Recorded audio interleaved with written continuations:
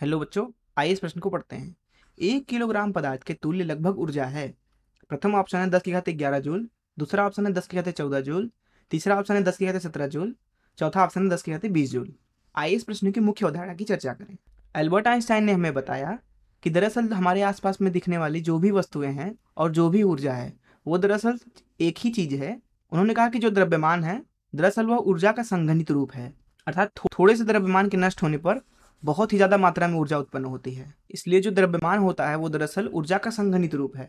उन्होंने कहा कि ऊर्जा को द्रव्यमान में और द्रव्यमान को ऊर्जा में बड़े ही आसानी से बदला जा सकता है। अगर हमें दिए गए द्रव्यमान का मान पता है तो हम उसके लिए ऊर्जा का मान निकाल सकते हैं। ई और एम के बीच में जो संबंध होता है उसको हम एल्बर्ट आइंस्टाइन के बड़े ही प्रसिद्ध समीकरण ई बराबर एम सी स्क्वायर से दे सकते हैं। अर्थात ये समीकरण दर्शाता है कि अगर आपके पास में एम द्रव्यमान है और वो पूरी तरह से ऊर्जा में बदल जाए, अगर हम मान लें कि ई ऊर्जा में, तो दरअसल ये ऊर्जा ई बराबर होगा एम सी स्क्वायर के। तो इस मुख्य अवधारणा का इस्तेमाल करके आइए इस प्रश्न को हल करें। यहाँ इस प्रश्न में बोला जा रहा है कि 1 किलोग्राम पदार्थ के तुल्य लगभग ऊर्जा है। तो अगर बात करें हम एम की, तो यहाँ पे एम का मान दिया हुआ है 1 किलोग्राम। तो अगर 1 किलोग्राम पूरी तरह से ऊर्जा में परिवर्तित होता है तो ऊर्जा का मान दिया जा सकता है एम सी स्क्वायर से।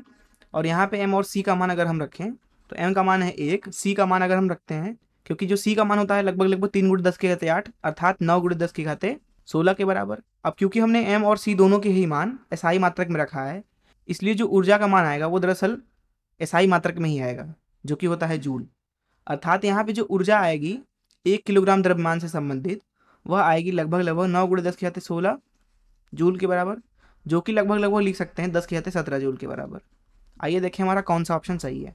जैसा कि यहाँ पे आप देख सकते हैं कि सी ऑप्शन जो है वो सही हो जाएगा। मैं आशा करता हूँ कि आपको इस प्रश्न का हल जरूर समझ में आया होगा। धन्यवाद।